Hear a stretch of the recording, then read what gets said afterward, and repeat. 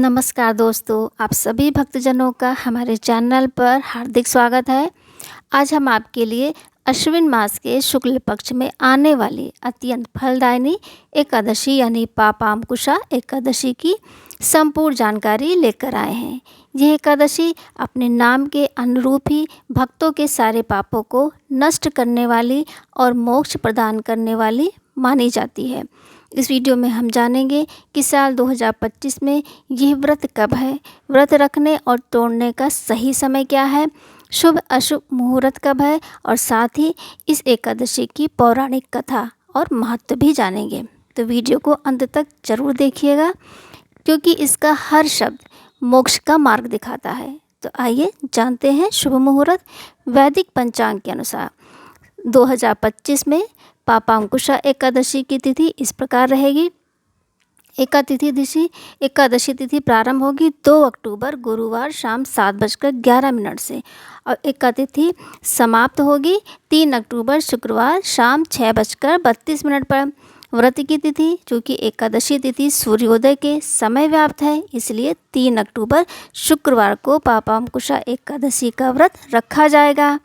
शुभ मुहूर्त एवं योग। ब्रह्म मुहूर्त सुबह 4:45 से 5:35 तक। ये पूजा ध्यान के लिए श्रेष्ठ समय है।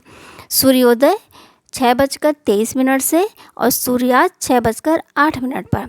शुभ योग इस दिन धृति योग बन रहा है जो रात्रि 9:46 तक रहेगा। इस योग में भूमि पूजन, शिलान्यास जैसे निर्माण कार्य शुभ माने जाते हैं। भद्रा और पंचक में क्या करें क्या ना करें। भद्रा काल 3 अक्टूबर को सुबह 6:57 से 6:32 तक रहेगा। इस बार भद्रा का वास पाताल लोक में है, इसीलिए ये पृथ्वी पर अशुभ प्रभाव नहीं डालेगी। आप सामान्य शुभ कार्य कर सकते हैं। पंचक 3 अक्टूबर से पंचक की शुरुआत हो रही है जो 5 दिन तक रहेगा। इससे चोर पंचक कहा जाता है। इस दौरान लंबी यात्रा करने से बचें और सतर्कता बरतें। व्रत पारण का समय। व्रत का पारण द्वादशी तिथि के दिन सूर्योदय के बाद किया जाता है। पारण का शुभ मुहूर्त 4 अक्टूबर शनिवार को सुबह 6:16 से 8:45 के बीच रहेगा। हरिवासर का समय 3 अक्टूबर को रात 12 बजे तक रहेगा। व्रत नियम व पूजन विधि। दशमी तिथि यानी कि 2 अक्टूबर से ही सात्विक भोजन करें। एकादशी के दिन निराहार या फलाहार रहकर भगवान विष्णु की पूजा करें। भगवान पद्मनाभ, गरुड़ ध्वज, श्री हरि, विष्णु का स्मरण कर मंत्र जाप अवश्य करें। सोना, तिल, गोदान, अन्न, छाता व जूते दान करना विशेष फलदायी माना जाता है। रात्रि जागरण का महत्व भी बताया गया है। द्वादशी के दिन पारण करना न भूलें। अब आइए सुनते हैं पापांकुशा एकादशी की पौराणिक कथा। प्राचीन समय में एक नगर में एक बहलिया रहता था।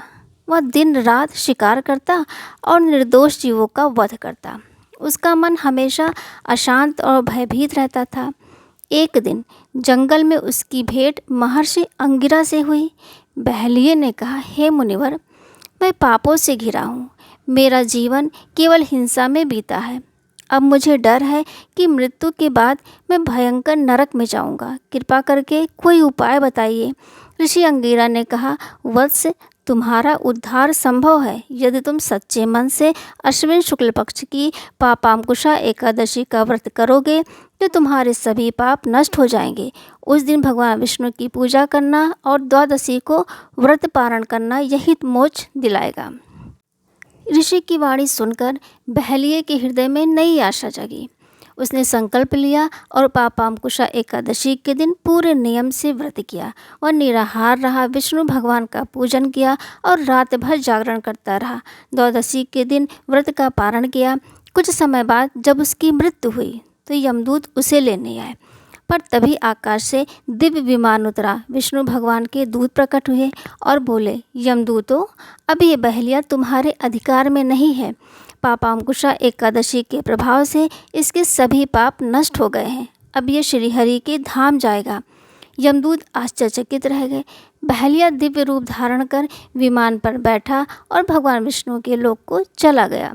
ये कथा हमें सिखाती है कि चाहे इंसान कितना भी पापी क्यों ना हो, यदि वह सच्चे मन से भक्ति करे तो प्रभु उसे मोक्ष प्रदान करते हैं। एकादशी के दिन भगवान विष्णु के साथ साथ ग्यारस माता की भी पूजा करनी चाहिए, क्योंकि एकादशी का नाम ग्यारस माता के नाम से ही पड़ा है और एकादशी को ग्यारस व्रत के नाम से भी जानते हैं, क्योंकि ग्यारस माता ही इस व्रत की अधिष्ठात्री देवी हैं।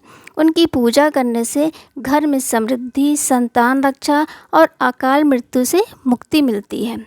इस दिन ग्यारस माता की कथा भी अवश्य सुननी चाहिए। तो आइए कथा आरंभ करते हैं। सतयुग में मुरु नामक एक अत्यंत पराक्रमी और अहंकारी दैत्य हुआ। उसने अपने तपोबल से इतनी शक्ति अर्जित कर ली थी कि उसने देवताओं को स्वर्ग से खदेड़ दिया और स्वयं इंद्र, सूर्य, वायु आदि के अधिकारों पर अतिक्रमण कर लिया। वह स्वयं प्रकाश करने लगा, वर्षा करने लगा। सभी देवता भयभीत होकर भगवान शिव की शरण में गए।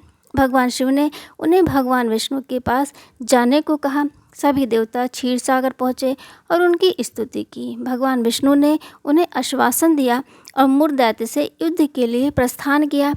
दोनों के बीच एक भीषण युद्ध छिड़ गया जो सैकड़ों वर्षों तक चला। भगवान विष्णु के सभी अस्त्र शस्त्र मुर की माया के आगे निष्फल हो रहे थे। युद्ध से थक कर और मुर को माया से बाहर निकालने की योजना बनाते हुए भगवान विष्णु एक 12 योजन लंबी गुफा में, जिसका केवल एक ही द्वार था, विश्राम करने चले गए और योग निद्रा में लीन हो गए। मुर दैत्य उनके पीछे पीछे वहां तक आ पहुंचा। उसने गुफा में सो हुए भगवान विष्णु को देखा और उन पर वार करने के लिए आगे बढ़ा। तभी भगवान विष्णु के शरीर से एक अद्भुत तेजोमयी देवी प्रकट हुई। उनका रूप अत्यंत दिव्य और भव्य था। उस देवी ने मुर दैत्य को रोकते हुए कहा, अरे दुष्ट, तुझे भगवान विष्णु पर हाथ उठाने का साहस। और उन दोनों के बीच भयंकर युद्ध हुआ। अंततः उस देवी ने मुर दैत्य का संहार कर दिया। जब भगवान विष्णु नींद से जागे तो उन्होंने मुर के मृत शरीर को और उस देवी को देखा। सब कुछ समझकर वे अत्यंत प्रसन्न हुए और देवी से बोले, हे देवी, तुमने मेरी रक्षा की है, क्योंकि तुमने अश्विन शुक्ल एकादशी के दिन ही प्रकट होकर इस दैत्य का वध किया है। इसलिए आज से तुम एकादशी के नाम से जानी जाओगी। तुम्हारी पूजा सभी देवताओं से श्रेष्ठ मानी जाएगी। तो जो भी भक्त इस दिन व्रत रखकर मेरे साथ साथ तुम्हारी भी पूजा करेगा, उसके सभी पाप नष्ट हो जाएंगे, उसके घर परिवार की रक्षा होगी और उसे अंत में मेरे धाम की प्राप्ति होगी। इस प्रकार यह एकादशी न केवल पापों को नष्ट करने वाली है, बल्कि इसके दिन ही संसार को पापियों के उद्धार का और भगवान विष्णु की रक्षा का मार्ग दिखाने वाली एकादशी माता का भी प्रकाट्य हुआ।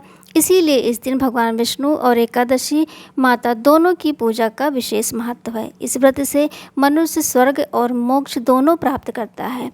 रोग शोक का नाश होता है, धन धान्य की वृद्धि होती है, 30 पीढ़ियों तक उद्धार हो जाता है। भगवान विष्णु की कृपा से भक्त हर पाप से मुक्त होकर दिव्य रूप धारण करता है। प्रिय भक्तों, पापांकुशा एकादशी का व्रत हर सनातनी को अवश्य करना चाहिए। ये न केवल जीवन को पवित्र बनाता है, बल्कि आने वाले संकटों से भी रक्षा करता है। अगर वीडियो अच्छी लगी हो तो लाइक, शेयर और सब्सक्राइब जरूर करें और कमेंट में लिखें जय श्री हरि।